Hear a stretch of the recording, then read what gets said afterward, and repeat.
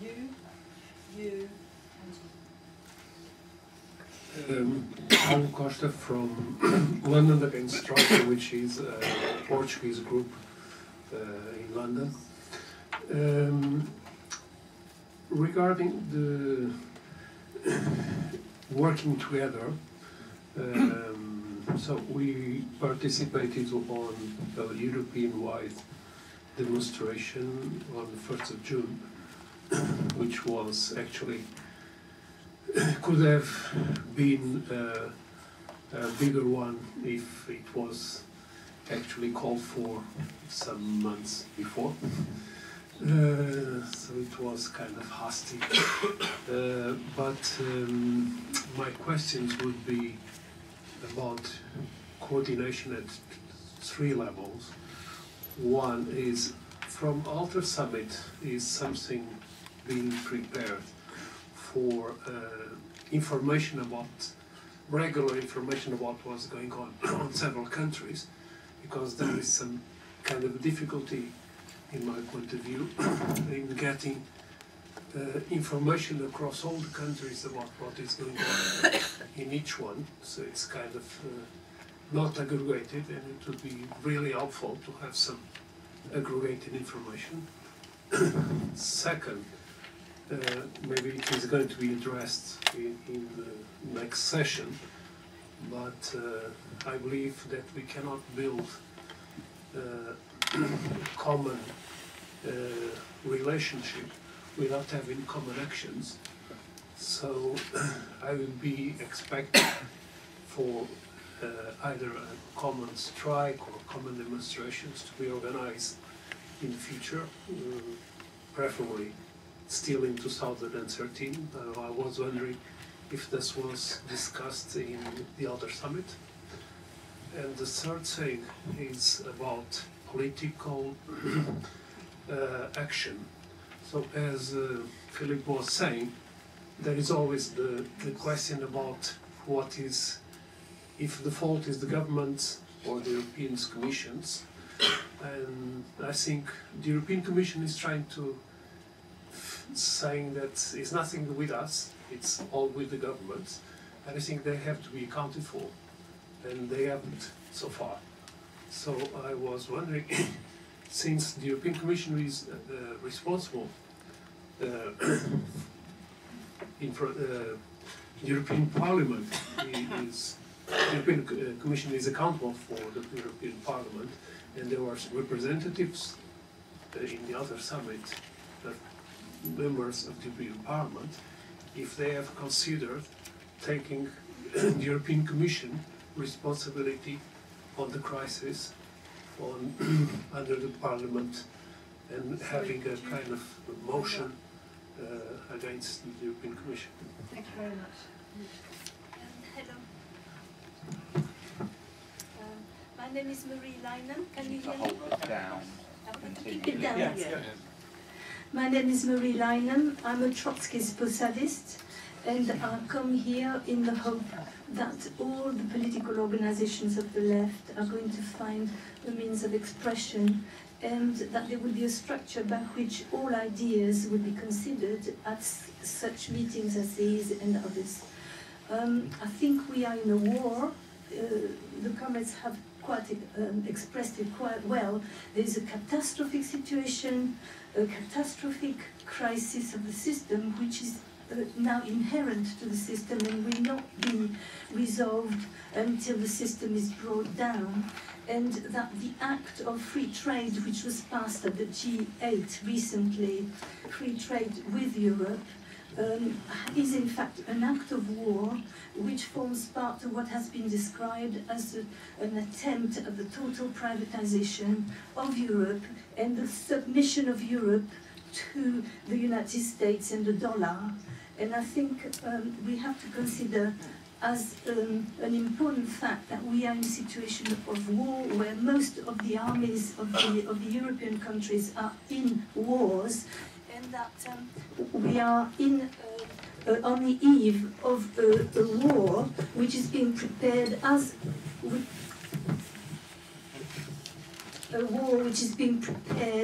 as a solution which capitalism would have for its crisis, like it has done before.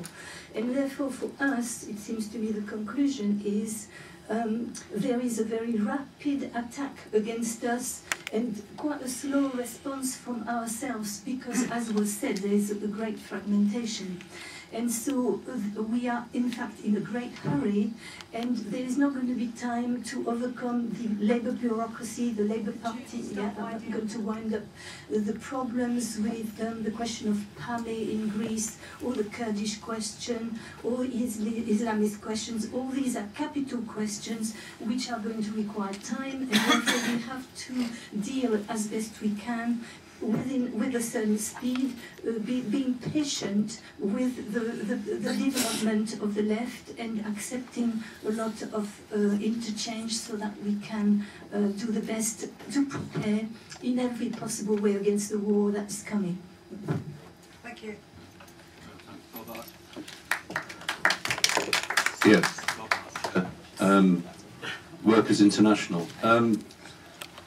I think we have to respect the fact that here we're discussing how to take the movement forward as towards a mass movement defending people's rights and social rights across Europe.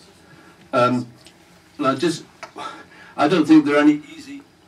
Is that coming through? There are no easy panaceas on that.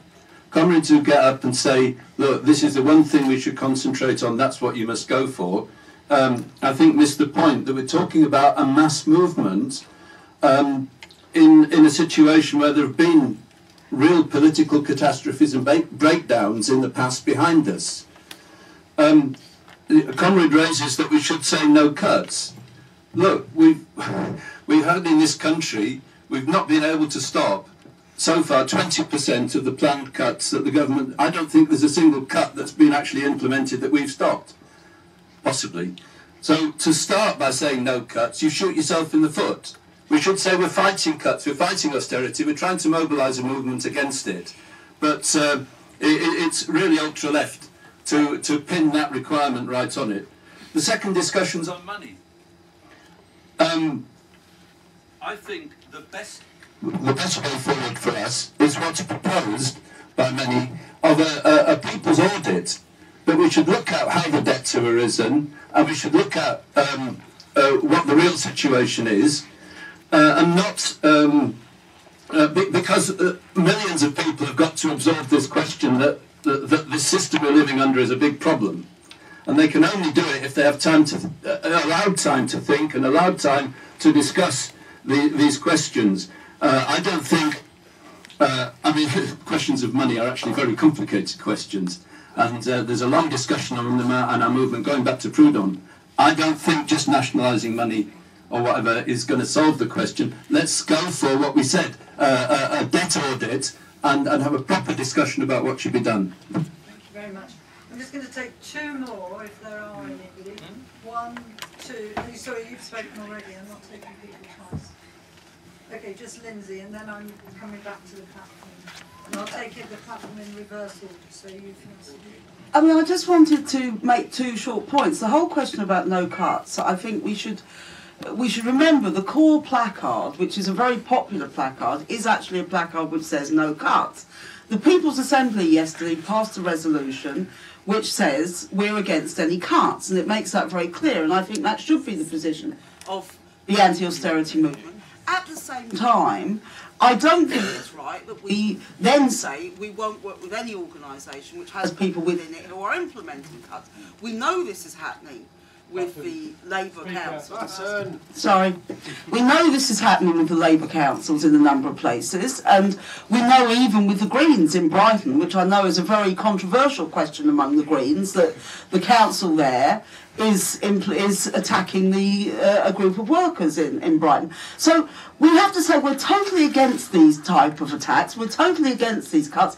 At the same time, we know many of the people affected by austerity will be people who are members of some of these organisations and who perhaps themselves have ambivalent views about it. So the key thing is that you have a question of principle, but you unite the maximum number of people to fight around a specific thing, whether it's a bedroom tax or whatever it is.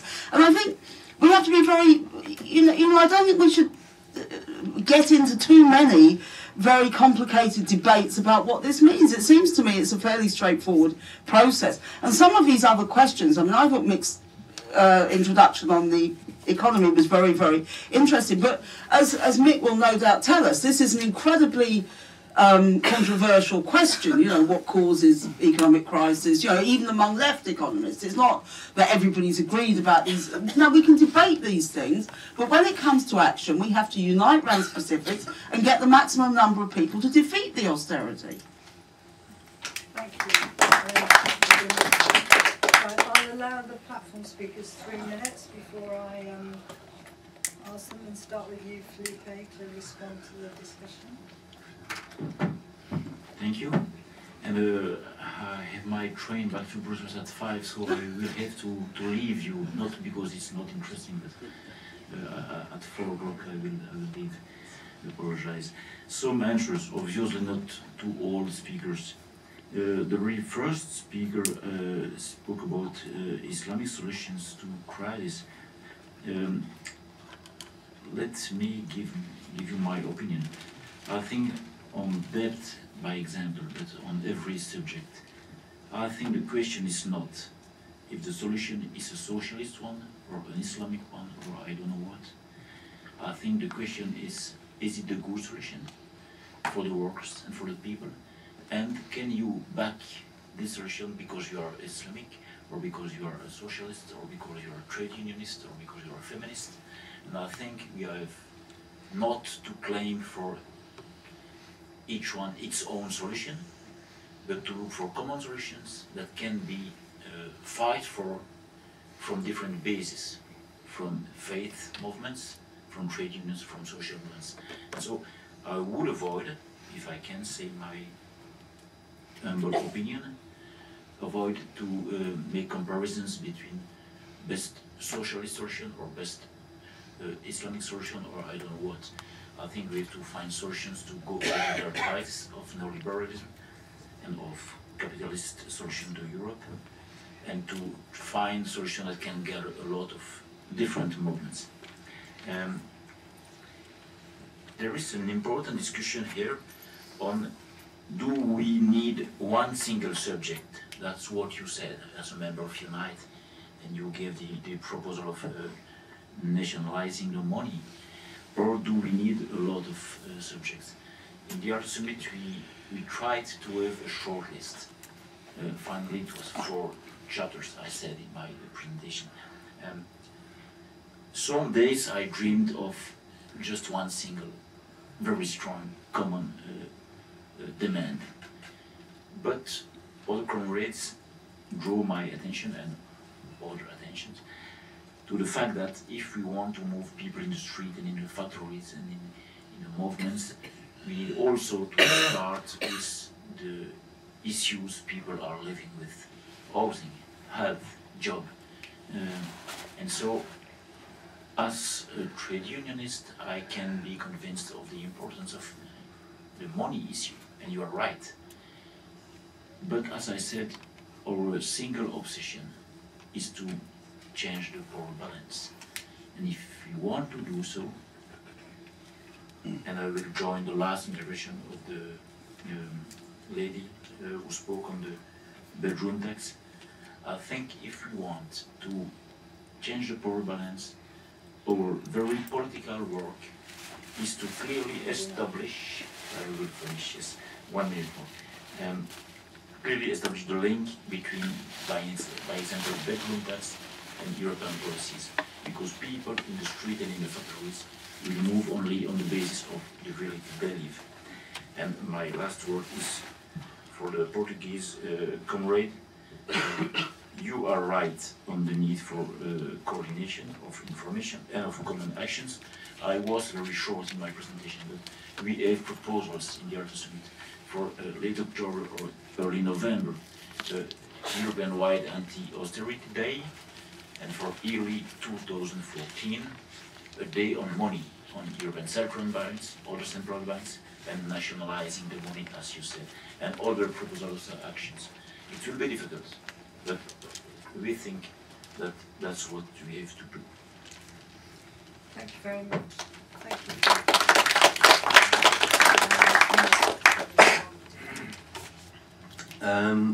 I want to begin with really the point that Lindsay raised, because I think it's a very important one.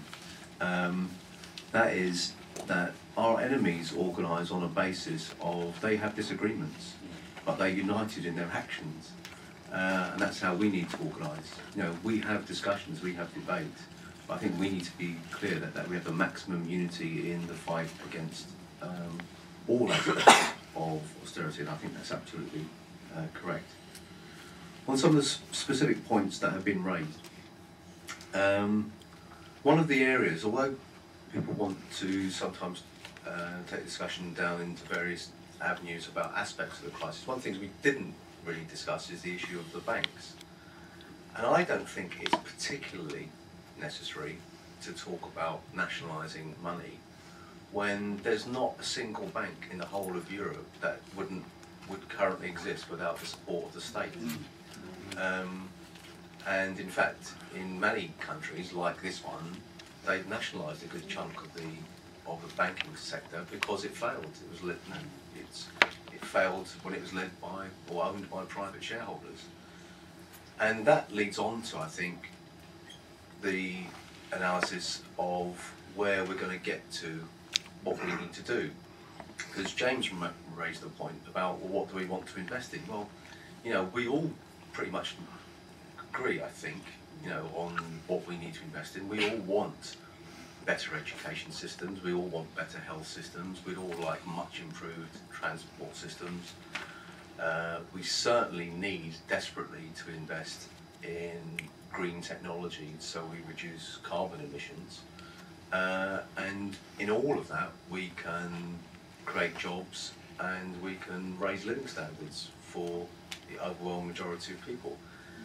That really is, amongst us, you know, in terms of the people who are against austerity, that mostly is very uncontroversial.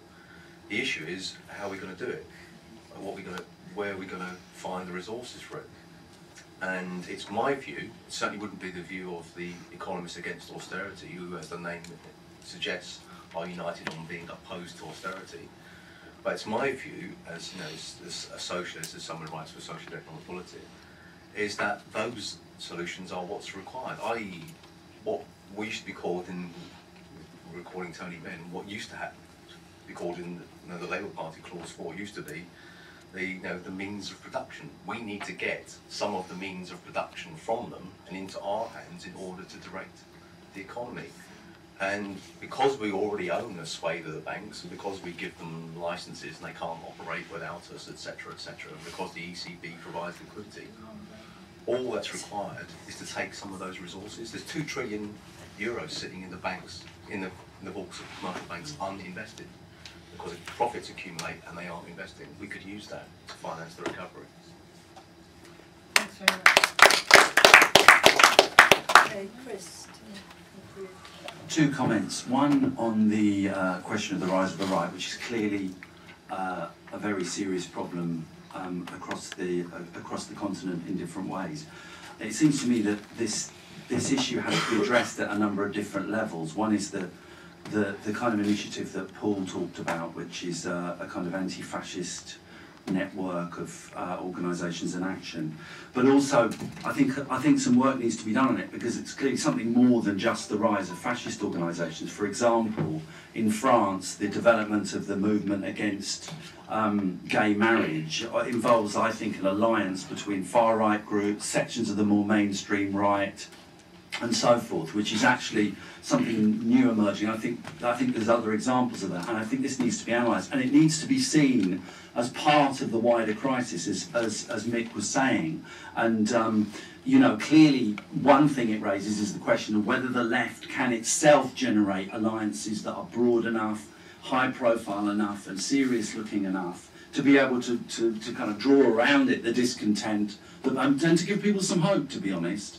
And those questions are absolutely interlinked. And also, and this is just a minor point, so a critical point about the Alta Summit, the question of imperialism can't be left out of this, because Islamophobia is linked to the wars that are being fought in Syria, in Mali, elsewhere, And you know, and I think, you know, and I take responsibility for it as much as anyone, but I think we need to make sure that the question of fighting the wars, opposing the wars, is central in all of this. So that's comment one. Comment two, just a general one. One thing that really strikes me, anyway, is that what is amazing about the situation is that, at least from the heartlands and the mainstream of the capitalist class in Europe, there is no plan B. Austerity is failing demonstrably, but the kind of old move towards some sort of Keynesian solution seemed to me to be virtually absent.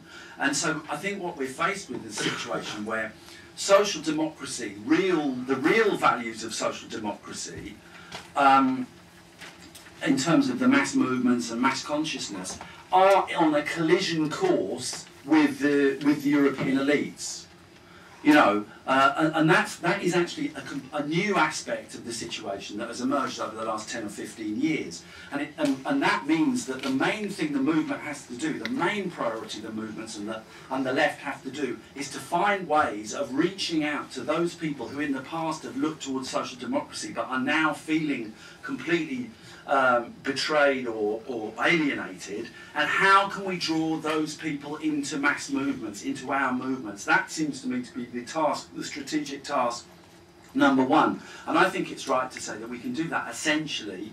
There's lots of ways we can do it, but the issue of saying we are going to unite against austerity is the absolutely critical question, and that we do that in broad, you know, in a way which is as open and involving as we can of those kind of people, because we are in a situation where I think we can actually transform our movements qualitatively over the next months and years. In fact, we're in a situation where we absolutely have no choice but that to transform the movements qualitatively, and that's what we need to do. Thank you very much. Can I thank all three of our speakers and the excellent contributions from the floor? And I don't know